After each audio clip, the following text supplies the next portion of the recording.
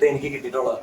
അന്ന് ഞാൻ ആ കോർണറിൽ നമ്മുടെ സ്കീ കോർണറിന്റെ ഓപ്പോസിറ്റ് പോയി ഇരുന്ന് കരച്ചിന്റെ പക്കത്തെത്തിയത്. കാരണം ലാലേട്ടനെ കൊണ്ട് ഒരാൾ പറയുമ്പോൾ ഓട്ടോമാറ്റിക്കായിട്ട് നമുക്ക് വിഷമം വരും. ഓക്കെ, ഈ ജാസ്മിന് പുറത്ത് കുറച്ച് പ്രശ്നങ്ങൾ ഉണ്ടായിരുന്നു, പ്രത്യേകിച്ച് ജാസ്മിനായിട്ട് കമ്മിറ്റ്. ഓക്കെ, അല്ല അത് ആക്ച്വലി ഹൗസിന്റെ ഉള്ളിലും ചെറിയ ചർച്ചകൾ നടന്നിരുന്നു. സീക്രട്ട് ഏജന്റ് വന്നപ്പോൾ പറഞ്ഞിരുന്നു. അപ്പം അത് പക്ഷേ ഏജന്റ് വന്നപ്പോൾ പറഞ്ഞത് എത്രത്തോളം ഞാനല്ല അത് കേട്ടത്, ജാസ്മിനാണ് കേട്ടത്. ഞാൻ അവിടെ ഇരുന്നിട്ടില്ല. കാരണം എന്നെ സംബന്ധിച്ച് ഞാൻ അനാവശ്യ കാര്യങ്ങൾ എന്റെ തലയിലേക്ക് എടുത്ത് വെച്ചാൽ എനിക്ക് അവിടെ കൂടുതൽ പ്രഷർ വരുന്നുള്ളത് കൊണ്ട് ഞാൻ ആ പരിപാടിയിലേക്ക് പോയിട്ടില്ല. ഞാൻ വിശ്വസിച്ചിട്ടില്ല. ഒന്നാമത്തെ കാര്യം അത് സായി തന്നെ ലാലേട്ടന് മുമ്പിൽ വെച്ച് പറഞ്ഞു. അവൻ പറഞ്ഞത് മൊത്തം ഗെയിമിന്റെ ഭാഗമായിട്ട് അവളെ തളർത്താൻ വേണ്ടി പറഞ്ഞതാന്ന് പറഞ്ഞു കഴിഞ്ഞു. അപ്പൊ പിന്നെ ഞാൻ അതില്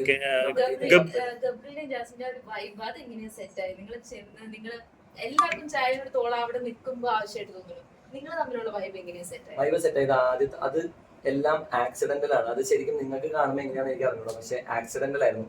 ആദ്യത്തെ ദിവസം തന്നെ ഉറങ്ങണ്ടാന്ന് ബിഗ് ബോസ് പറഞ്ഞായിരുന്നു. നിങ്ങൾ ഉറങ്ങാതെ എവിടെയെങ്കിലും പോയിരുന്നു പ്ലാൻ ചെയ്യുന്നതാണ് ബിഗ് ബോസ് പറഞ്ഞത്. അപ്പോൾ നമ്മൾ ഓട്ടോമാറ്റിക്കായിട്ട് ഞാൻ, രതീഷ് ചേട്ടൻ, ജാസ്മിൻ, നോറ, പിന്നെ 2-3 പേര് ഇവിടെ ഉണ്ടായിരുന്നു. പക്ഷെ രാത്രി ആയി കഴിഞ്ഞപ്പോൾ ഓരോരുത്തർ പോയി കിടന്ന് ഞങ്ങൾ 4 പേര് മാത്രം പുറത്ത് നമ്മുടെ ഗാർഡൻ ഏരിയയിൽ ഇരുന്ന് കുറെ നേരം സംസാരിച്ചായിരുന്നു, പാട്ടൊക്കെ പാടി. അപ്പോൾ ഓട്ടോമാറ്റിക്കായിട്ട് നമുക്കൊരു ബോണ്ടിങ് വരും. കാരണം പിന്നെയുള്ള ദിവസങ്ങളിൽ നമ്മൾ കാണുന്ന മുഖങ്ങൾ ഇവരുടെ മുഖം മാത്രമേ കാണുള്ളൂ, പുറത്തുനിന്ന് വേറെ ആളുടെയും കാണില്ല. പലരും പറഞ്ഞ് നിങ്ങൾ കേട്ടിട്ടുണ്ടാവും, സ്വപ്നം കാണുന്നത് പോലും പുറത്തുള്ള കാര്യങ്ങളല്ല, അതിന്റെ അകത്തുള്ളവരുടെ മുഖം. കാരണം നമ്മളൊരു ദിവസം എഴുന്നേൽക്കുമ്പോൾ കിടക്കുന്നത് വരെ കാണുന്നത് ഈ സെയിം മുഖങ്ങളാണ്. ഒരു 20 ദിവസം കഴിഞ്ഞാൽ 21 ദിവസം കഴിഞ്ഞാൽ നമ്മുടെ ബ്രെയിനിൽ പണ്ടത്തെ ജീവിതം മറന്നു. പിന്നെ നമ്മുടെ ലോകം അതാ. ഓട്ടോമാറ്റിക്കായിട്ട് നമ്മൾ സ്വപ്നം കാണുന്നത് എല്ലാം അവർ തന്നെയാവും. അങ്ങനെ ബോണ്ടിങ് വന്നു. ഞങ്ങൾ 2 ആഴ്ചയിൽ നല്ല ക്ലോസ് ഫ്രണ്ട്സ് ആയിരുന്നു, വളരെ ക്ലോസ് ഫ്രണ്ട്സ് ആയിരുന്നു. പിന്നെ ഒരു സ്ട്രഗിൾ പോയിന്റ് വന്നായിരുന്നു. അതായത് കോർണേഡ് ആയിട്ട് ഫീൽ ചെയ്ത് ബാക്കി 10-15 പേര് നമുക്കെതിരെ നിന്ന് നമ്മൾ 2 പേരും മാത്രം. അന്ന് വേറൊരു എലമെന്റ് അതിലില്ല. പക്ഷെ അതിനെ പല രീതിയിലും ദുർവ്യാഖ്യാനം ചെയ്ത് നമുക്ക് അത്രയും പ്രഷർ വന്ന് കോർണേഡ് ആയ സ്ഥലത്താണ് നമ്മൾ അത്രയും ഡീപ്പായിട്ട് കണക്ട് ആയത്. അവിടെയാണ് ഇത് വർക്കായത്. ഞാൻ പറയുകയാണെങ്കിൽ, ഓണസ്റ്റ്ലി പറയുകയാണെങ്കിൽ, ഇത് ബലമാണ്. അത് അനുഭവിച്ചിട്ടുള്ളവർക്കേ അത് അറിയാൻ പറ്റുള്ളൂ. നമ്മൾ ജീവിതത്തിൽ തളർന്നു നിൽക്കുന്ന ഒരു പോയിന്റിൽ, നമുക്ക് ആരും ഇല്ലാന്ന് തോന്നുന്ന ഒരു പോയിന്റിൽ ഇങ്ങനെ കൈപിടിച്ച് നിൽക്കാൻ ഒരാളുണ്ടെങ്കിൽ അത് മനസ്സിനുള്ള ബലമാണ്, ശരീരത്തിനുള്ള ബലമല്ല. Jasmine is a brilliant player. അത് ക്വസ്റ്റ്യൻ ഇല്ലാത്തൊരു കാര്യമാണ്. എങ്ങനെ സംസാരിക്കണം, എന്ത് പറയണം, ആരോട് എന്ത് പറഞ്ഞ് നിൽക്കാൻ അറിയാൻ കൃത്യമായിട്ട് അറിയാവുന്ന ആളാണ് ജാസ്മിൻ. ജിൻഡോ ചേട്ടൻ്റെ അടുത്താണെങ്കിലും റോക്കിയുടെ അടുത്താണെങ്കിലും, റോക്കി ബാക്കി എല്ലാവരും കയറി മുട്ടാൻ ബുദ്ധിമുട്ടുണ്ടായിരുന്ന ആളെ വരെ ജാസ്മിൻ പറഞ്ഞു ഒതുക്കി നിർത്തിയിട്ടുണ്ടെങ്കിൽ ബാക്കില് കഴിവുള്ള ആള് തന്നെയാണ്. ജാസ്മിൻ പുറത്തിറങ്ങിയാലും സെയിം ഇമോഷൻ കീപ്പ് ചെയ്യും. സെയിം ഇമോഷൻ എന്ന് പറഞ്ഞാൽ നിങ്ങൾ എന്ത് ഉദ്ദേശിക്കുന്നത്? ഗബ്രിക്ക് എന്താണോ ഉള്ള ഇമോഷൻ അത് കീപ്പ് ചെയ്യോ എന്നാണ്. അതിന്റെ ഉള്ള ഉത്തരം ഞാൻ അവിടെ വെച്ച് പറഞ്ഞായിരുന്നു. ഞാൻ അവള് പുറത്തിറങ്ങിയതിനു ശേഷം നമ്മൾ സംസാരിച്ചിട്ട് എന്താണ് വേണ്ടതെന്നുള്ള തീരുമാനത്തിലേക്ക്. അത് ഞാൻ ഒരിക്കലും ഇപ്പൊ ഒരു ലവ് എലമെന്റോ അല്ലെങ്കിൽ ലവ് ട്രാക്കോ മറ്റേ വേറെ അങ്ങനത്തെ എക്സ്ട്രാ പരിപാടികളോ ഒന്നും അല്ല ഇതിൽ ഉദ്ദേശിക്കുന്നത്. ഞങ്ങൾ തമ്മിലുള്ളത് വളരെ വളരെ ഡീപ്പായിട്ടുള്ള സ്നേഹം തന്നെയാണ്. പ്രേക്ഷകർ തെറ്റിദ്ധരിക്കപ്പെട്ടിരുന്നല്ലേ? തെറ്റിദ്ധരിക്കപ്പെട്ടിട്ടുണ്ടാകാം. അത് വേറൊരു കാര്യം പറയട്ടെ. ആദ്യമൊക്കെ തെറ്റിദ്ധരിക്കപ്പെട്ടത് ഞങ്ങൾ കോമഡി ആയിട്ട് പറയുന്ന കാര്യങ്ങളായിരുന്നു. നമ്മളിപ്പോ വളരെ കംഫർട്ടബിൾ ആയിട്ടുള്ള ഒരാളുടെ അടുത്ത് കോമഡി ആയിട്ട് പറയുന്ന ഒരു കാര്യം പലപ്പോഴും പുറത്തു നിന്ന് കാണുന്ന ഒരാൾക്ക് ചിലപ്പോൾ അത് വൾഗറായോ അല്ലെങ്കിൽ മോശപ്പെട്ട ഒരു രീതിയായിട്ടോ തോന്നാം.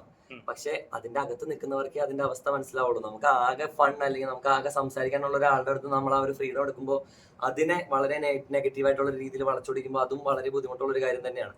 സർവൈവ് ചെയ്തു, അത്രയാണ് ഇപ്പൊ എനിക്ക് പറയാനുള്ളത്. അതായത് 55 നമ്മൾ പുറത്തുനിന്ന് കാണുന്ന പോലെയല്ല ഷോ. അകത്ത് നിൽക്കുമ്പോൾ പ്രഷർ കുക്കർ തന്നെയാണ്. മെന്റലി, ഇമോഷണലി, ഫിസിക്കലി തളർന്ന് പിഴിഞ്ഞി ഉടച്ചെടുക്കും. അത് എങ്ങനെ തരണം ചെയ്യും എന്നുള്ളതനുസരിച്ചിട്ടാണ് അതിൻ്റെ അത് നിൽക്കാൻ പറ്റുള്ളൂ. ഞാനിപ്പോ ഒരു 10 കിലോന്റെ അടുത്ത് കുറഞ്ഞിട്ടുണ്ടാവുന്നതാണ് എന്റെ വിശ്വാസം. എല്ലാ സീസണിലും വന്നത് വിമർശനമാണ് ഈ സീസൺ സ്ക്രിപ്റ്റഡ് ആണെന്നുള്ളത്. ഒരിക്കലും അല്ല. ബിഗ് ബോസ് ഒരു സ്ക്രിപ്റ്റഡ് ഷോ അല്ല. എനിക്ക് തോന്നിയിട്ടില്ല. എനിക്ക് അറിഞ്ഞൂടാ, ഇനി അങ്ങനെ ആണോന്ന് എനിക്ക് അറിഞ്ഞൂടാ. പക്ഷെ ഞാൻ മനസ്സിലാക്കിയെടുത്തോളം ഞാൻ കുറച്ചുകൂടി ടെക്നിക്കൽ സൈഡ് പഠിക്കാൻ ആഗ്രഹമുള്ള ഒരാളാണ്. ഞാൻ നിങ്ങൾ ഇതും ഓരോ പ്രാവശ്യം ഞാൻ പറയുമ്പോൾ ഞാൻ എപ്പിസോഡ് കാണാത്തതുകൊണ്ടാണ് പറയണത്. നിങ്ങൾ കണ്ടിട്ടുണ്ടോന്നില്ല എന്ന് എനിക്കറിയില്ല. ഞാൻ ആ വീടിന്റെ ഓരോ കോർണേഴ്സിലും പോയി അവിടുത്തെ ലൈറ്റ് സെറ്റപ്പ് എന്താണ്, മൈക്കുകൾ എവിടെയാണ് ഇരിക്കുന്നത്. ചിന്തോ ചേട്ടൻ അന്ന് എന്നെ കളിയാക്കി. അത് ഞാൻ പക്ഷേ നമ്മുടെ ക്യൂരിയോസിറ്റി കൊണ്ട് നമ്മൾ ചെയ്തു പോകുന്ന കാര്യങ്ങളാണ്. മൈക്ക് എവിടെ ഇരിക്കുന്നത്, എവിടെയാണ് ലൈറ്റ് സെറ്റപ്പ്, എങ്ങനെയാണ് വരുന്നത്, അതിൽ ഒരുപാട് ഡീറ്റെയിൽ ആയിട്ട് അവർ ആ സെറ്റിൽ വർക്ക് ചെയ്തിട്ടുണ്ട്, അതിന്റെ ലൈറ്റിംഗിൽ വർക്ക് ചെയ്തിട്ടുണ്ട്. ടെക്നിക്കൽ സൈഡിലാണെങ്കിലും സെറ്റ് ഡിസൈനിലാണെങ്കിലും ഒരുപാട് ഡീപ്പായിട്ട് അവർ വർക്ക് ചെയ്തിട്ടുണ്ട്. ആ സെറ്റ് ഒരു ദിവസം ഓടണമെങ്കിൽ 10-350 ആൾ അതിന്റെ ചുറ്റും കിടന്ന് ഓടണം, എന്നാലാണ് അത് അത്ര സ്മൂത്ത് ആയിട്ട് ഓടുള്ളൂ. അപ്പൊ അങ്ങനത്തെ ഒരു സാധനം വരുന്ന സമയത്ത് നമുക്ക് സ്ക്രിപ്റ്റഡ് ആണോന്ന് വെച്ചാൽ ഒരിക്കലും സ്ക്രിപ്റ്റഡ് ആയിട്ട് എനിക്ക് ഫീൽ ചെയ്തിട്ടില്ല. അവർക്ക് ടാസ്കുകൾ തരാം. ആ ടാസ്കുകൾ എങ്ങനെ മുമ്പോട്ട് കൊണ്ടുപോകണം എന്ന് തീരുമാനിക്കുന്നത് ആ വീടിന്റെ അകത്തുള്ളവരാണ്. നമ്മൾ അതിന്റെ അകത്ത് കയറി കഴിഞ്ഞാൽ പിന്നെ പുറം ലോകമായിട്ട് നമുക്കൊരു ബന്ധമില്ല. ആ ബിഗ് ബോസിന്റെ വോയിസ് മാത്രമാണ് നമുക്ക് പുറം ലോകമായിട്ടുള്ള ഒരു ബന്ധം. ഓക്കെ, ജിൻഡോ ഇറങ്ങുമ്പോഴില്ലേ ഭയങ്കര സൗഹൃദത്തില, മീൻസ് ഭയങ്കര ഒരു ഇമോഷണൽ ആയിരുന്നു. അതുകൊണ്ട് ഇനി ജിൻഡോ പുറത്തിറങ്ങി കഴിഞ്ഞാൽ നിങ്ങൾ ഫ്രണ്ട്സ് ആയിട്ട് കാണാൻ സാധിക്കും. ഞാൻ ആ സ്റ്റേജിൽ നിന്നപ്പോൾ തന്നെ ഞാൻ ഒരു കാര്യം പറഞ്ഞായിരുന്നു, എന്റെ ഗെയിം ആ വീടിന്റെ പടിയിൽ ഉപേക്ഷിച്ചിട്ടാണ് ഞാൻ ഈ വേദിയിൽ വന്ന് നിൽക്കുന്നത്. ഇനി എനിക്ക് അതെ അതെ തീർച്ചയായും ദേഷ്യമോ വിദ്വേഷമോ വെറുപ്പോ പറയുന്ന ഒരു ഇമോഷൻസും ഞാൻ അവിടെ നിന്ന് ക്യാരി ചെയ്തിട്ടില്ല. സ്നേഹവും സൗഹൃദവും സാഹോദര്യവും മാത്രമാണ് ആ വീട്ടിൽ നിന്ന് ഞാൻ പുറത്തേക്ക് കൊണ്ടുവന്നിട്ടുള്ളൂ. പിന്നെ എന്റെ കുറച്ച് ആൾക്കാരുള്ള തുണി വേറെ വലിയ കാര്യമായിട്ട് ഒന്നും കൊണ്ടുവന്നിട്ടില്ല. അപ്പൊ ബാക്കിയുള്ളതൊക്കെ അവിടെ കഴിഞ്ഞു. എനിക്ക് എത്ര ദേഷ്യം ഉണ്ടായിട്ടുണ്ടെങ്കിൽ എത്ര തല്ലി പിടിച്ചിട്ടുണ്ടെങ്കിൽ പിന്നെ തല്ലി പിടിച്ചില്ലെങ്കിൽ പിന്നെ എങ്ങനെയാ ഗെയിം മുന്നോട്ട് പോണേ? എല്ലാവരും കൂടി സൗഹൃദം കൂടി വിമർശനം ഇല്ലാതെ. അതുകൊണ്ടാണ് ഈ പ്രസ് ഇത്ര റേറ്റിംഗ് കൂടിയത്. അതെനിക്കറിയില്ല, അതിനെ കുറിച്ച് ഡീറ്റെയിൽ ആയിട്ട് അറിയില്ല. പ്രേക്ഷകര് ഗബ്രിയുടെ ഒരു എവിക്ഷൻ വന്ന സമയത്ത് പറയുന്ന ഒരു പ്രധാന കാരണം ഒറ്റയ്ക്ക് കളിച്ചിരുന്നെങ്കിൽ ഗബ്രി എന്താണ് അതേപറ്റി? ഞാൻ ഒറ്റയ്ക്കല്ല കളിച്ചതെങ്കിൽ 5 പ്രാവശ്യം ഞാൻ പവർമി കയറുമ്പോൾ 5 പ്രാവശ്യം ജാസ്മിൻ എന്റെ കൂടെ ഉണ്ടായിരുന്നു. 5 പ്രാവശ്യം ഞാൻ മാത്രമാണ് കയറിയത്. ജാസ്മിൻ ഒരു തവണയെ പവർമി കയറിയിട്ടുള്ളൂ. ഓക്കെ, ജാസ്മിനുമായിട്ടുള്ള ഒരു ഫ്രണ്ട്ഷിപ്പിന് റസ്മിന് ഏതെങ്കിലും തരത്തിൽ പ്രശ്നമായിരുന്നോ അല്ലെങ്കിൽ അതൊരു? ഇല്ല, ജാസ്മിനായിട്ടുള്ള ഫ്രണ്ട്ഷിപ്പിൽ റസ്മിന് ഒരിക്കലും പ്രശ്നമായിരുന്നില്ല. പക്ഷെ at towards the end of the game ചില ദിവസങ്ങളിൽ എനിക്ക് ഫീൽ ചെയ്തിട്ടുണ്ട് റസ്മിൻ എന്നെ ടാർഗറ്റ് ചെയ്ത് അറ്റാക്ക് ചെയ്യുന്ന പോലെ എനിക്ക് ഫീൽ ചെയ്തില്ല.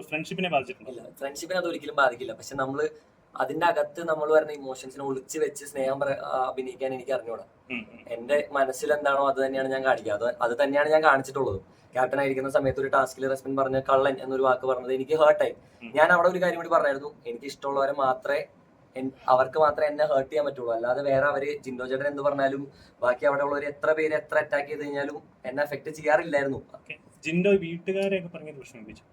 അത് വിഷമം വന്നതുകൊണ്ടാണല്ലോ നമ്മൾ അങ്ങനെ റിയാക്ട് ചെയ്യുന്നത്. ഒരിക്കലും അവിടെ നമ്മൾ ഒരാളുടെ ക്യാരക്ടറിനെയോ അല്ലെങ്കിൽ ഒരാളെ ട്രിഗർ ചെയ്യണം എന്നുള്ള ആഗ്രഹത്തോടെ ആരും ട്രിഗർ ചെയ്യില്ല. ഞാൻ ചെയ്യില്ല. ഒരാളെ എനിക്ക് ഇപ്പൊ ട്രിഗർ ചെയ്യണം എന്നുള്ള ആഗ്രഹത്തോടെ ഞാൻ ചെയ്യില്ല. അല്ലെങ്കിൽ അത്രയും നമ്മളെ വിഷമിപ്പിക്കണം, അല്ലെങ്കിൽ ഒരു കാരണം വേണം. അപ്പൊ മാത്രമാണ് ഞാൻ ജിൻഡോ ചേട്ടൻ അന്ന് ട്രിഗർ ചെയ്യാൻ കാരണം തന്നെ അത്രയും ബാഡ് ആയിട്ട് നിൽക്കുന്ന ഒരു സിറ്റുവേഷൻ ആയതുകൊണ്ടാണ്. അത്രയും പ്രൊവോക്കേഷൻ അവിടെ നിന്ന് ഇങ്ങോട്ട് വരുമ്പോൾ ഓട്ടോമാറ്റിക്കായിട്ട് നമ്മൾ തിരിച്ചു കൊടുക്കും. അതാണ് ഗെയിം. അവിടെയാണ് നമ്മളൊരു ഗെയിമർ ആവുന്നത്.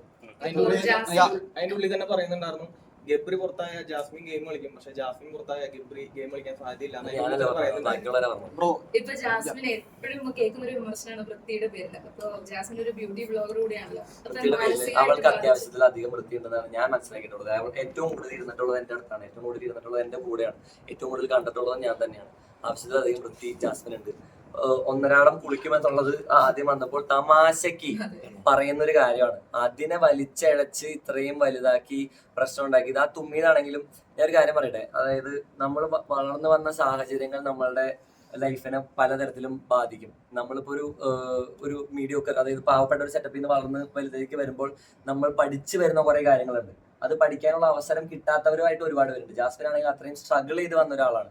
സ്വന്തം കുടുംബത്തിനെ ആ ഒരു ഇതിൽ നിന്ന് പൊന്തിച്ച് സ്വന്തം എഫേർട്ടിൽ കൊണ്ടുവന്ന ഒരാളാണ്. അപ്പോൾ ചെറിയ ചെറിയ മിസ്റ്റേക്കുകളൊക്കെ അത് അങ്ങോട്ട് വിട്ട് കളഞ്ഞാൽ തീരാവുന്ന പ്രശ്നമേ ഉള്ളൂ. പക്ഷെ ഇറങ്ങിയവരൊക്കെ പറയുന്നത് വൃത്തിയില്ലായ്മ കുറച്ചുണ്ട്, കുളിക്കാനൊക്കെ പറയാറുണ്ട്. ബാക്കിയുള്ളവർ പറയുന്നത് അതെന്താന്ന് വെച്ചാൽ ആദ്യത്തെ ആഴ്ച അവളായിട്ട് പറഞ്ഞത് കൊണ്ടാണ് അവൾ കുളിക്കുന്നില്ല എന്നുള്ള സാധനം അവൾക്ക് എതിരെടുത്ത് ഉപയോഗിക്കാൻ പറ്റിയത്. അത് അവളുടെ മണ്ടത്തരെന്ന് ഞാൻ പറയും. കാരണം അവൾക്ക് അവിടെ എല്ലാവരും at the end of the day friends അല്ലെങ്കിൽ ഇഷ്ടമുള്ളവരാണ്. ഒരു ജിൻഡോ ചേട്ടൻ്റെ അടുത്ത് അത്രയും ചീത്ത പറഞ്ഞിട്ടോ അത്രയും വൃത്തിയോട് പറഞ്ഞിട്ടോ അടുത്ത് ഒരു ദിവസം കഴിയുമ്പോൾ ജാസ്മിൻ അങ്ങോട്ട് ചെന്ന് സംസാരിക്കും അല്ലെങ്കിൽ വാരി കൊടുക്കും. അപ്പൊ ഞാൻ ചോദിക്കും ഇത് എന്തിനാ ചെയ്യണമെന്ന് ഞാൻ ചോദിക്കും. കാരണം എന്നെ കൊണ്ട് പറ്റില്ല.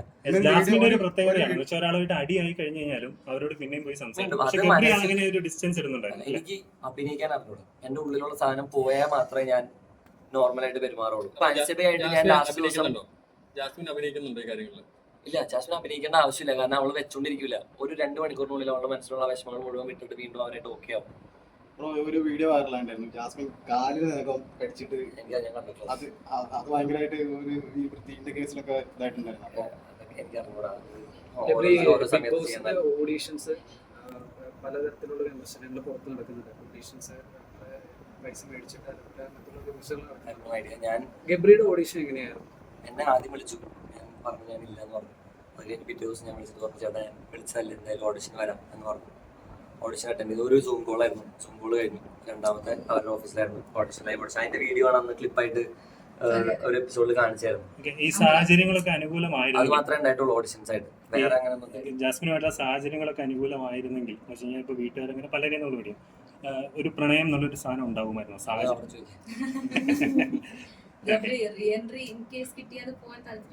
ഉറപ്പായിട്ടും എനിക്ക് ടാസ്ക് കളിക്കണം, അതിൻ്റെ അകത്ത് നിൽക്കണം, തല്ല് പിടിക്കണം, ഒച്ചപ്പാടുണ്ടാക്കണം, ഫുഡ് കഴിക്കണം, എല്ലാവരുമായിട്ട് എൻജോയ് ചെയ്യണം, പാട്ട് പാടാൻ, ഡാൻസ് കളിക്കണം. ഇത്രേ ഉള്ളൂ എനിക്ക്. അല്ലാതെ എൻ്റെ ഏറ്റവും വലിയ ലക്ഷ്യം ആ കപ്പെടുക്കലോ ആ പൈസയോ ആയിരുന്നില്ല എൻ്റെ ലക്ഷ്യം. എനിക്ക് എൻ്റെ ഏറ്റവും വലിയ ആഗ്രഹം കേരളത്തിലെ എല്ലാവരുടെ അടുത്തേക്കും എൻ്റെ മുഖം എത്തിക്കണം. അത് എത്തി.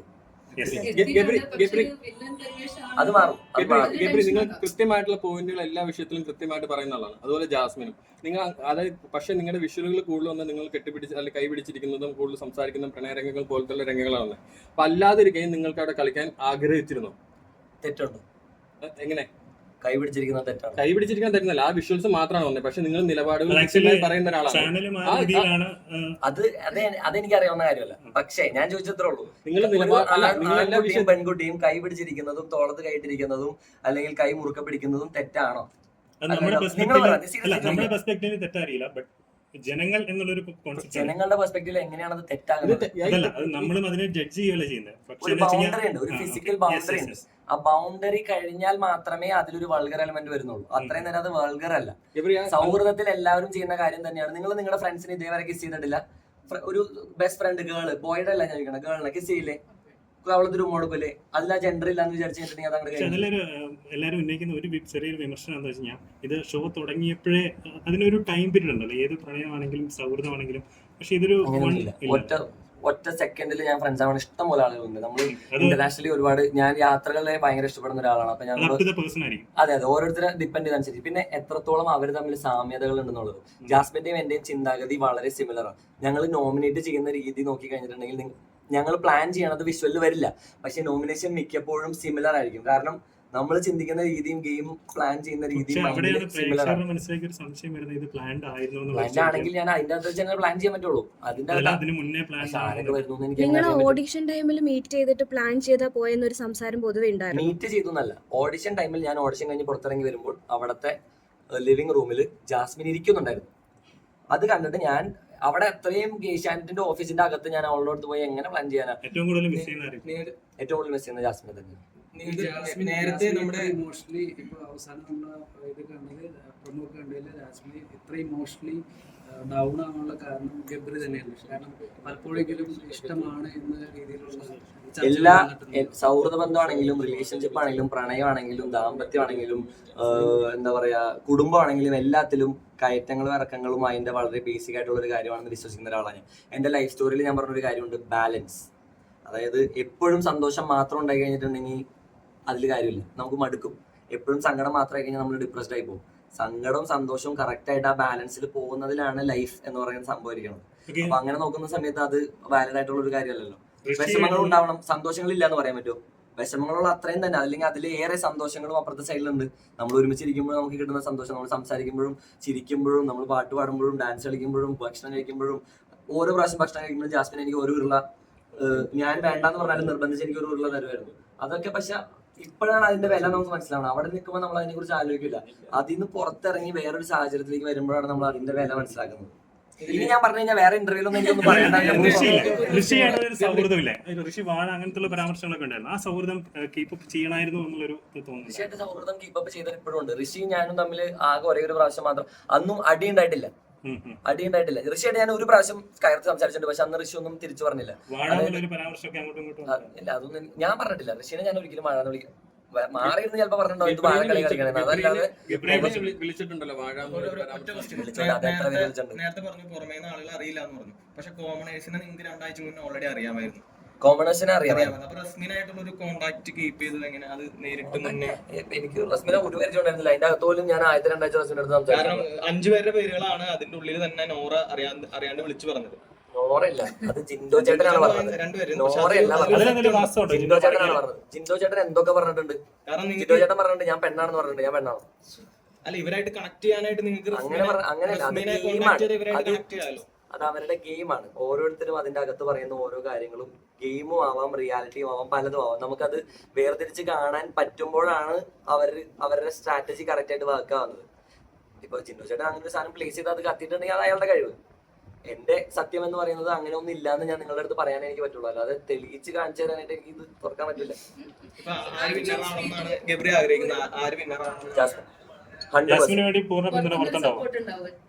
സപ്പോർട്ട് ഞാൻ ചെയ്യേണ്ട ആവശ്യമില്ല. അതിന്റെ അകത്ത് ഗെയിം കളിക്കുന്നുണ്ടെങ്കിൽ ഞാൻ ഇവിടെ ഇരുന്ന് സപ്പോർട്ട് ചെയ്തിട്ട് പ്രത്യേകിച്ച് വലിയ കാര്യങ്ങൾ ഉണ്ടാവും എനിക്ക് തോന്നുന്നില്ല.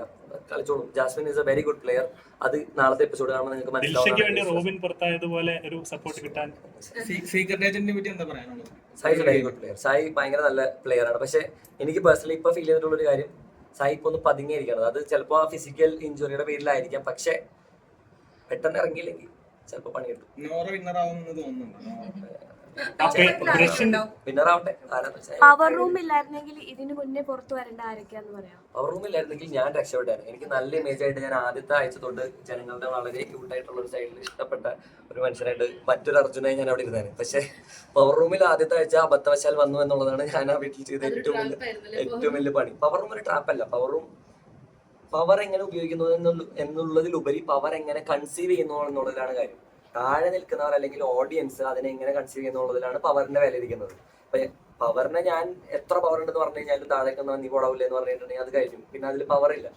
അവർ ഉപയോഗിക്കുന്ന രീതി പ്രോപ്പറായിട്ട് താഴെ ഇംപ്ലിമെന്റ് ചെയ്യാൻ പറ്റിയാൽ മാത്രമേ അത് പവർ ആവുള്ളൂ. അപ്സര, ഞാൻ, അർജുൻ, റസ്മിനായിട്ട് പവർ റൂമിൽ ഇരുന്ന ഒരാഴ്ചയുണ്ട്. ആ ആഴ്ച എനിക്ക് തോന്നുന്നു അവിടെ പവർ പ്രോപ്പറായിട്ട് യൂസ് ചെയ്തിട്ടുള്ള അല്ലെങ്കിൽ എന്തെങ്കിലും ചെയ്യാൻ പറ്റിയിട്ടുള്ള ആഴ്ചകളൊന്നും അതായിട്ട് എനിക്ക് ഫീൽ ചെയ്തിട്ടുണ്ട്. അതായത് അസംബ്ലി നടത്തി ഞങ്ങൾ രാവിലെ, പാത്രങ്ങള്, ഞങ്ങൾക്കുള്ള ഭക്ഷണം കൃത്യമായിട്ട് ടേബിളിൽ വരെയായിരുന്നു. ഇതെല്ലാം പവർ റൂളിന്റെ നിയമങ്ങൾ എന്ന് പറഞ്ഞൊരു നിയമപുസ്തകം അവിടെ ഉണ്ട്. ഇതിന്റെ അകത്ത് വ്യക്തമായിട്ട് എഴുതിയിട്ടുള്ള കാര്യങ്ങൾ ഉപയോഗിച്ചിട്ടുള്ള ആഴ്ച എനിക്ക് തോന്നുന്നു ആ ആഴ്ച മാത്രമേ ഉണ്ടാവുള്ളൂ. സിബിൻ അത്യാവശ്യം നന്നായിട്ട് പവർ റൂമിന്റെ സാധ്യതകളെ എക്സ്പ്ലോർ ചെയ്തിട്ടുണ്ട്. പവർ റൂം ഉപയോഗിച്ചിട്ടുണ്ടോ എന്ന് വെച്ചാൽ ഞാൻ പറയില്ല, സാധ്യതകളെ എക്സ്പ്ലോർ ചെയ്തിട്ടുണ്ട്. ഒറ്റ പ്രാവശ്യം ഉപയോഗിച്ചിട്ടുണ്ട്, അത് എനിക്കെതിരായിരുന്നു. അതൊരു അനാവശ്യ ഉപയോഗമായിരുന്നു. പക്ഷെ അതും അവരുടെ കയ്യിൽ നിന്ന് തന്നെ പോയി. കാരണം ചിന്തോ ചേട്ടൻ അവിടെ വന്ന് പറഞ്ഞൊരു ഡയലോഗിൽ ആ കാര്യം പൊളിഞ്ഞു. അപ്പൊ അങ്ങനെ നമ്മൾ അങ്ങോട്ടും ഇങ്ങോട്ടും കൊടുക്കൽ വാങ്ങലുകളാണല്ലോ ഗെയിം. അത് അങ്ങനെ തന്നെ മുമ്പോട്ട് പോകും. ഇപ്പോഴും സേഫ് ഗെയിമേഴ്സ് ഉണ്ടോ അവിടെ? ബിഗ് ബോസ് നടത്തുന്ന ക്യാമ്പയിൻ അത് അവിടെ പാവങ്ങൾ അവിടെ നടത്തിപ്പോട്ടെ. ഇവിടെ നിർത്താനായിട്ട് കാണണ്ടാത്തവർ കാണരുത്, കാണേണ്ടവർ കാണണം. എൻജോയ് ചെയ്തും ഇഷ്ടപ്പെടുന്നവർ ഒരുപാട് പേരുണ്ട്. ഇനി എനിക്കിപ്പോ ഞാൻ വന്ന സമയത്ത് ഫ്ലൈറ്റിലിരുന്ന് ഞാൻ എന്റെ ഇമെയിലിൽ വരെ എനിക്ക് ഒരുപാട് പേര് മെസ്സേജ് അയക്കുന്നുണ്ട്. അതിൽ ഒരുപാട് സന്തോഷമുണ്ട്. തെറിവിളികൾ ഒരു സൈഡിൽ ഇഷ്ടം പോലെ നടക്കുന്നുണ്ട്. പക്ഷെ അതും ഈ ഗെയിമിന്റെ ഭാഗമാണ്. അതാണ് ഞാൻ പറഞ്ഞ ബാലൻസ്. ഒരു 10 തെറി കേട്ട് കഴിയുമ്പോൾ ഒരു 2 നല്ല വാക്കുകൾ, ഒരു 2 പേര് പറയാണ്, മോനെ നിന്റെ കളി നല്ലതായിരുന്നു, നീ ഒന്നുമില്ലെങ്കിലും നന്നായിട്ട് കളിച്ചിരുന്നു, നീ അവിടെ ഉണ്ടായിരുന്നെങ്കിൽ ഞങ്ങൾക്ക് സന്തോഷമായിരുന്നു എന്ന് പറയുന്ന ഒരു 2 വാക്ക് മതി അത് ബാലൻസ് ചെയ്യാനായിട്ട്. തെറിവിളികളും അതിന്റെ നല്ല വാക്കുകളും ഒക്കെ അതിന്റെ രീതിയിൽ പോകും. ലാലേട്ടൻ തന്നെയാണെന്ന് തോന്നുന്നു പറഞ്ഞിട്ടുള്ളത്. അതായത് സന്തോഷങ്ങളെ നമ്മൾ ഒരുപാട് ആഘോഷിക്കരുത്, ദുഃഖങ്ങളെ നമ്മൾ ഒരുപാട് വിഷമിക്കരുത്. രണ്ടും ഈക്വൽ ആയിട്ട് കൊണ്ടുപോയി കഴിഞ്ഞിട്ടുണ്ടെങ്കിൽ ആ സെൻ മോഡൽ അങ്ങോട്ട് പോയി കഴിഞ്ഞാൽ കാര്യങ്ങളൊക്കെ ആയിരിക്കും. വിമർശകരോട് ഇപ്പൊ എന്താ പറയുന്നത്? വിമർശകരോട് സ്നേഹം മാത്രം. ഇപ്പോഴും സേഫ് ഗെയിം കളിക്കുന്ന ആൾക്കാർ അവിടെ ഉണ്ടെന്ന് തോന്നിയിട്ടുണ്ട്. ഉറപ്പായിട്ടും തീർച്ചയായിട്ടും ആ കാര്യത്തിൽ എനിക്ക് ഒരു പേടിയില്ല. ഞാൻ ഓപ്പൺ ആയിട്ട് പറയാം, ആദ്യത്തെ ആഴ്ച തൊട്ട് ഈ നിമിഷം വരെ സേഫ് ഗെയിം കളിക്കുന്നവരും ആ വീട്ടിലുണ്ട്. പക്ഷെ ആരെന്ന് പറയും ഈ പവർ റൂം എന്ന് പറയുന്ന ഒരു ട്രാപ്പാണോ? പവർ റൂം ട്രാപ്പ് അല്ല. പവർ റൂം സേഫ് ആവുന്നത് ഒരു ട്രാപ്പ് അല്ല, അതും ഒരു സ്ട്രാറ്റജിയാണ്. ഞാൻ അന്തസ്സായിട്ട് ഇപ്പൊ അന്ന് പവർ റൂമിൽ നിന്നിരുന്നെങ്കിൽ ഇപ്പൊ ഞാൻ ഇവിടെ ഇരിക്കില്ലായിരുന്നു, ഞാൻ ആ വീണ്ടും അകത്തിരുന്നേനെ. എന്റെ മണ്ടത്തരമായിരുന്നു. ഞാൻ അന്ന് ആലോചിച്ചില്ല, ഡീപ്പായിട്ട് അതിലേക്ക് ഒരു ചിന്ത ഞാൻ കൊടുത്തില്ല. അതുകൊണ്ടാണ് പ്രേക്ഷകർ നോക്കുമ്പോൾ ഗബ്രിയേക്കാൾ പുറത്തു പോകാൻ സാധ്യതയുള്ള പേര് ഇപ്പോഴും അവിടെ ഉണ്ടാകാം. പക്ഷെ അത് അവരുടെ ഗെയിമാണ്. അവരെന്നെ വിശ്വസിപ്പിച്ചത് കൊണ്ടാണല്ലോ ഞാൻ അവർക്ക് വേണ്ടി ഒഴിഞ്ഞു കൊടുത്തത്. ശ്രീരേഖയൊക്കെ പുറത്തു മറ്റേ പവർ റൂമിൽ നിന്ന് പുറത്തു വന്ന് ഔട്ടാവുന്നു തോന്നുന്നുണ്ടോ? അറിഞ്ഞൂടാ, അത് വോട്ടിംഗ് അനുസരിച്ചിട്ട്. ഇപ്പൊ ജാസ്മിൻ അല്ലെങ്കിൽ അടുത്തൊരു വിന്നർ ആരായിരിക്കും പറയുക? ജാസ്മിൻ അല്ലെങ്കിൽ ജിൻഡോ വിന്നർ ആവാൻ സാധ്യതയുണ്ട്. കാരണം ആഗ്രഹമുണ്ടോ? ആഗ്രഹം ഉണ്ടോ എന്ന് വെച്ചിട്ടുണ്ടെങ്കിൽ എനിക്ക് ജാസ്മിൻ ആവണമെന്നാണ് എന്റെ ഏറ്റവും വലിയ ആഗ്രഹം. കാരണം ഞാൻ അല്ലെങ്കിൽ ആരെന്ന് വെച്ചാൽ ഞാൻ ജാസ്മിൻ എന്നാ പറയുള്ളൂ കപ്പെടുക്കാനായിട്ട്. ജിൻഡോ ചേട്ടൻ നന്നായിട്ട് കളിക്കുന്ന ഒരാളാണ്. ഒരുപാട് ഞങ്ങൾ അനുഭവിച്ചിട്ടുള്ള കാര്യങ്ങളൊക്കെ വേറൊരു തലത്തിൽ അനുഭവിച്ചിട്ടുള്ള ഒരാളാണ് ജിൻഡോ ചേട്ടൻ. അതായത് പുള്ളിക്കും ഒറ്റപ്പെടലുകൾ അനുഭവിച്ചിട്ടുണ്ട്. പക്ഷെ പുള്ളിയുടെ ഒറ്റപ്പെടലുകളിൽ പുള്ളിക്ക് കൂട്ടായിട്ടുണ്ടായിരുന്ന ജാൻമണി മാത്രമായിരുന്നു. ജാൻമണി പോയ പിന്നെ അധികം ആരും ഉണ്ടായിട്ടില്ല. അപ്പൊ ആ ഒരു വ്യത്യാസമുണ്ട്. എനിക്ക് ഇപ്പോഴും ജാസ്മിൻ ഉണ്ടായിരുന്നു. സിമ്പതിയുടെ ആവശ്യമില്ല, നമുക്ക് സ്നേഹം മതി. നമ്മളൊക്കെ ഒരു കുടുംബമല്ല. ആ വീട്ടിൽ എന്തൊക്കെ പറഞ്ഞാലും നമ്മൾ ഒരു വീട്ടിൽ കൊണ്ടുവന്ന് കിടന്ന സമയത്ത് എത്ര തല്ല് പിടിച്ചു കഴിഞ്ഞാലും ഒരു പോയിന്റ് കഴിയുമ്പോൾ നമുക്ക് കഴിഞ്ഞ സീസണിലെ ഗെയിമേഴ്സ് ഒക്കെ പറഞ്ഞു വെച്ചാൽ അവർ ഇത്രയും ഫൈറ്റ് ചെയ്ത് പുറത്തിറങ്ങിയപ്പോൾ അവരൊരു സൗഹൃദം കീപ്പ് ചെയ്യുന്നു. പക്ഷേ ഈ സീസണിൽ അത് ആരും കീപ്പ് ചെയ്യില്ല. കാരണം അത്രയും ഫൈറ്റിന്റെ എക്സ്ട്രീം ആയിരുന്നു. അതിനോട് തോന്നുന്നത് അതൊക്കെ ഓരോരുത്തരുടെ പേഴ്സണൽ സാധനം അനുസരിച്ചിട്ട്. ഇപ്പൊ ഞാനും അൻസിബേ ജീവിതത്തിൽ മരണം വരെ നിന്നോട് ഞാൻ സംസാരിക്കില്ല എന്ന് പറഞ്ഞ ആളാണ് അൻസിബ എന്റെ അടുത്ത്. അത് എനിക്ക് പല അവസരത്തിലും എനിക്ക് പേഴ്സണലി ഹേർട്ടായിട്ടുണ്ട്. അതായത് നമ്മള് ചെറിയൊരു കാര്യത്തിന് അല്ലെങ്കിൽ ഒരു ചെറിയ മിസ്അണ്ടർസ്റ്റാൻഡിങ്ങിന്റെ പേരിലാണ് ആ ഡയലോഗ് പറയുന്നത്, പേഴ്സണൽ കാര്യത്തിലേക്ക് എത്തുന്നതെന്ന് പറയുമ്പോൾ അത് നമുക്ക് വിഷമമുള്ളൊരു കാര്യമാണ്. പക്ഷെ ലാസ്റ്റ് ദിവസം എവിക്ഷനിൽ നിൽക്കുന്ന സമയത്ത് ഞങ്ങൾ 4 പേര് നിൽക്കുമ്പോൾ ഞാൻ അന്ന് ഒരു മോർണിംഗ് ആക്ടിവിറ്റി തന്നത് കണ്ടായിരുന്നു. അതായത് നിങ്ങളുടെ ക്ഷമിക്കാനുള്ളവരോട് ക്ഷമിക്കാനുള്ളത്. ആ ആക്ടിവിറ്റിയിൽ ഞാൻ എല്ലാവരും മലിച്ചീര ഒട്ടിക്കണം എന്നായിരുന്നു എന്റെ ആഗ്രഹം, സത്യം പറഞ്ഞു. കാരണം എന്നെ അവിടെ നിന്നിട്ട് ചിന്തോ ചേട്ടനാണെങ്കിലും അൻസിബയാണെങ്കിലും എല്ലാവരും എന്നെ വലിച്ചു കയറി ഒട്ടിക്കുകയാണ് ചെയ്തത്. അതും പറഞ്ഞാണ് ഞാൻ മുമ്പിൽ പോയി നിന്നതെങ്കിലും അവിടെ എത്തിക്കഴിഞ്ഞപ്പോൾ എന്തോ ദൈവാനുഗ്രഹം കൊണ്ട് ഈ ആഴ്ച ചിലപ്പോൾ പുറത്തു പോകുന്നുള്ള ദൈവത്തിന് അറിയാമായിരിക്കും, അതുകൊണ്ടായിരിക്കണം. അർജുൻ ശ്രീതു പ്രണയം ഞാൻ എങ്ങനെയാണ്? പറഞ്ഞു തീർത്തിട്ട് ചോദിച്ചു. അവിടെ ചെന്ന് നിൽക്കുന്ന സമയത്ത് ഓട്ടോമാറ്റിക്കായിട്ട് ഞാൻ പറഞ്ഞത് എനിക്ക് അൻസിബ ഐ എം സോറി, ഇത് ഓപ്പൺ ആയിട്ടുള്ള അപ്പോളജിയാണ്. അന്ന് അത് റിയൽ ആയിട്ട് തോന്നില്ലെങ്കിൽ ഇന്ന് ഞാൻ എല്ലാവരുടെ മുമ്പിൽ വെച്ചാൽ പറയുന്നത് സോറി. ഞാൻ നോമിനേഷനിൽ, അതായത് എവിക്ഷനിൽ ഞങ്ങൾ 4 പേര് നിൽക്കുമ്പോൾ അൻസിബയുടെ അടുത്ത് നിന്നിട്ട് ഞാൻ പറഞ്ഞു, അൻസിബ ഈ വീട് വിട്ട് പുറത്ത് ആര് പോയി കഴിഞ്ഞാലും അത് വെച്ചോണ്ടിരിക്കുന്നു. അൻസിബ പറഞ്ഞു ഞാനത് അവിടെ വിട്ടടാന്ന് പറഞ്ഞു. എന്നിട്ട് അൻസിബ ആൻഡ് ഋഷി സേവ്ഡ് എന്ന് പറഞ്ഞു കഴിഞ്ഞിട്ട് അത് കേട്ടോന്ന് എനിക്കറിയില്ല, എന്നെ അൻസിബ കെട്ടിപ്പിടിച്ചിട്ട് ഐ ലവ് യു എന്ന് പറഞ്ഞു. Thank you, I love you too, ഇതായിരുന്നു അവസ്ഥ. അപ്പോൾ ഓട്ടോമാറ്റിക്കായിട്ട് നമുക്ക് അൻസിബയുടെയും കണ്ണു നിറഞ്ഞു ഞാൻ പോയ സമയത്ത്. അപ്പോൾ അത്രേ ഉള്ളൂ. നമ്മൾ ഇതൊരു ഗെയിമാണെന്ന് മനസ്സിലാക്കുന്നിടത്ത് നമ്മളുടെ ആ ഒരു വെറുപ്പും വിദ്വേഷവും ദേഷ്യവും ഒക്കെ ആ ബൗണ്ടറിയുടെ അപ്പുറത്തേക്ക് കടന്നാൽ കഴിഞ്ഞു. അത് അതാണ് ഞാൻ അങ്ങനെയാണ് ചെയ്തത്. ഞാൻ ആ വേദിയിൽ വെച്ച് പറഞ്ഞത് ഞാൻ മനസ്സിൽ പൂർണ്ണമായിട്ട് വിശ്വസിക്കുന്ന ഒരു കാര്യം തന്നെയാണ്. ആ വീട്ടിൽ നിന്നും ഞാൻ ഇറങ്ങിയ നിമിഷത്തിൽ, അതിന്റെ പടി ഞാൻ കടന്ന നിമിഷത്തിൽ എൻ്റെ ഉള്ളിലുണ്ടായിരുന്ന ദേഷ്യവും ഗെയിമും വെറുപ്പും എല്ലാം ആ പടിയിൽ ഉപേക്ഷിച്ചിട്ടാണ് ഞാൻ ആ വേദിയിലേക്ക് വന്ന് ലാലന്റെ അടുത്ത് നിന്നത്. അതുകൊണ്ട് തന്നെയാണ് ഞാൻ ചിരിച്ചുകൊണ്ട് നിന്നത്. അത്രേ ഉള്ളൂ. ജാൻമണിയുടെ പ്രാക്ക് പുറത്തൊക്കെ ഭയങ്കര നെഗറ്റീവായിട്ടാണ് വന്നിരിക്കുന്നത്. അപ്പൊ നിങ്ങൾ എങ്ങനെയാ അതിന് ഫീൽ ചെയ്തത്? ജാൻമണി പ്രാക്ക് ഭയങ്കര ഇഷ്ടമല്ലാത്തൊരു കാര്യമാണ് കേസ് ചെയ്യാൻ പറയുന്നത്. ഞാൻ തന്നെ പല അവസരത്തിലും ജാൻമണിയുടെ അടുത്ത് പറഞ്ഞിട്ടുണ്ട് അങ്ങനെ ചെയ്യരുത്.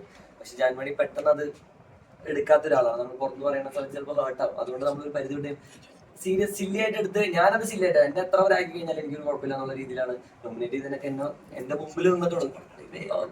എന്ന് പറയുന്ന സമയത്തും ഞാൻ അപ്പുറത്ത് നിൽക്കുന്നുണ്ട്. പക്ഷെ അപ്പൊ എനിക്കറിയാം, അതായത് അനാവശ്യമായിട്ട് ഒരാൾ നമ്മൾ കേസ് ചെയ്താലും നമ്മൾ അതിൽ എടുക്കേണ്ട ആവശ്യമില്ല. കാരണം ഒരാൾ കേസ് ചെയ്തതുകൊണ്ട് മാത്രം അത് നമ്മളെ ബാധിച്ചോളണമെന്നില്ല. നമ്മുടെ ഭാഗത്ത് തെറ്റ് പറ്റി അവരെ നമ്മൾ ഉപദ്രവിച്ച് അവർക്ക് വിഷമം വന്നതിന് ശേഷം പറഞ്ഞാൽ ചിലപ്പോൾ നടക്കുമായിരിക്കും. അതേ ഒരു രീതിയിൽ അങ്ങനെ പറയുന്നതിലൊന്നും വലിയ കാര്യമായിട്ട് എനിക്ക് തോന്നിയിട്ടില്ല. അർജുൻ ശ്രീതു പ്രണയത്തെ അർജുൻ ശ്രീതു പ്രണയമല്ല, എനിക്കറിയാവുന്നിടത്തോളം അത് സൗഹൃദമാണ്. ഇത് തന്നെയാണ് ഗബ്രി ജാസ്മിനും നിങ്ങൾ എല്ലാവരും കൂടി ചെയ്തത്. അല്ല, ആക്ച്വലി അത് പ്രേക്ഷകർ ആഗ്രഹിക്കുന്ന ഒരു കാര്യമാണ്. അല്ല അർജുൻ പ്രപ്പോസ് ചെയ്തിരുന്നല്ലോ. രണ്ടുപേർക്ക് പ്രണയിച്ച് കല്യാണം കഴിക്കാൻ പറ്റില്ലല്ലോ. ഗബ്രി, അർജുൻ ഓൾറെഡി പ്രപ്പോസ് ചെയ്തിരുന്നു, രാത്രി എന്റെ കൂടെ ജീവിതകാലം മുഴുവൻ ഉണ്ടാവുമോ. എന്റെ കൂടെ ജീവിതകാലം മുഴുവൻ ഉണ്ടാവുമെന്നല്ല ചോദിച്ചത്, എന്നെ കല്യാണം കഴിക്കാമെന്ന് ചോദിച്ചില്ലല്ലോ. അതിപ്പോ അങ്ങനെ ചോദിക്കാൻ പറ്റും, അങ്ങനെ ചോദിക്കാമല്ലോ. ജീവിതകാലം മുഴുവൻ എന്താ ഫ്രണ്ട്സ് ആയിട്ടിരുന്നോടെ? എന്റെ 27 വർഷമായിട്ടുള്ള ഒരു ഫ്രണ്ടാണ് ഇന്ന് എന്നെ എയർപോർട്ടിൽ എന്റെ പെട്ടി മേടിച്ചോണ്ട് വന്നത്. 27 വർഷം, അതൊരു ജീവിതകാലം തന്നെ. നാളെ മരിച്ച എന്റെ ജീവിതകാലം മുഴുവൻ അവൻ എന്റെ കൂടെ ഉണ്ടായിരുന്നു എനിക്ക് പറയാം. കഴിഞ്ഞ സീസണിൽ റിങ്കു ബിങ്കു കോംബോ ഒക്കെ ഉണ്ടായ പോലെ റനീഷ വിഷ്ണു കോംബോ ഉണ്ടായതുപോലെ പ്രേക്ഷകർ ആഗ്രഹിക്കുന്ന ഒരു പ്രണയം. ഞാൻ വെറുതെ പറയുന്നതല്ല, ഞാൻ ഷോ കാണാറില്ല എന്ന് വളരെ കുറച്ചേ കണ്ടിട്ടുള്ളൂ. അതേപോലെ പ്രേക്ഷകർ എക്സ്പെക്ട് ചെയ്യുന്ന ഒരു കോംബോയാണ്. ആ രീതിയിലാണ് അത് പുറത്ത് ചർച്ച നടക്കുന്നത്. ചാനലും ഇത് ഹൈലൈറ്റ് ഞാൻ കാര്യം പറയട്ടെ, നല്ലൊരു റൊമാൻസ് കാണാൻ ആഗ്രഹിക്കുന്നുണ്ട്. അതുകൊണ്ടാണ് സിനിമയിലാണെങ്കിലും റൊമാൻറ്റിക് സാധനം കൊണ്ടുവരുന്നത് അത് കണ്ട് ഇഷ്ടപ്പെടുന്നത് കൊണ്ടല്ലേ. അവര് പ്രണയിക്കണമെങ്കിൽ അവർ പ്രണയിച്ചോട്ട് അവര് സൗഹൃദമായിട്ട് ഇരിക്കുന്നതിലായിരിക്കും അവരുടെ പേഴ്സണൽ കാര്യം. അതിന് നമ്മൾ ഇടപെടേണ്ട ആവശ്യമില്ല. അവരെന്താ തരുന്നത് എന്നുള്ളത് കണ്ട് എൻജോയ് ചെയ്യുക. അതിനെ വിമർശിക്കാൻ തോന്നിയാൽ വിമർശിക്കുക, അപ്രീഷിയേറ്റ് ചെയ്യാൻ തോന്നിയാൽ അപ്രീഷിയേറ്റ് ചെയ്യുക. അത്രേ ഉള്ളൂ. അവിടെ അതാണ് ബൗണ്ടറി. അതാണ് എനിക്കും ജാസ്മിനും കിട്ടാതിരുന്ന ഒരു കൺസിഡറേഷൻ. ഞങ്ങൾ എന്ത് തീരുമാനിക്കുന്നു എന്നുള്ളതിനേക്കാൾ കൂടുതൽ അവർക്ക് എന്ത് വേണം എന്നുള്ളതായിരുന്നു പ്രശ്നം. ആരും ഇപ്പൊ കിട്ടണം എന്ന് പറഞ്ഞാൽ അത് തരാൻ പറ്റൂല. പറ്റില്ലെങ്കിൽ പറ്റില്ല എന്നല്ലേ പറയാൻ പറ്റുള്ളൂ.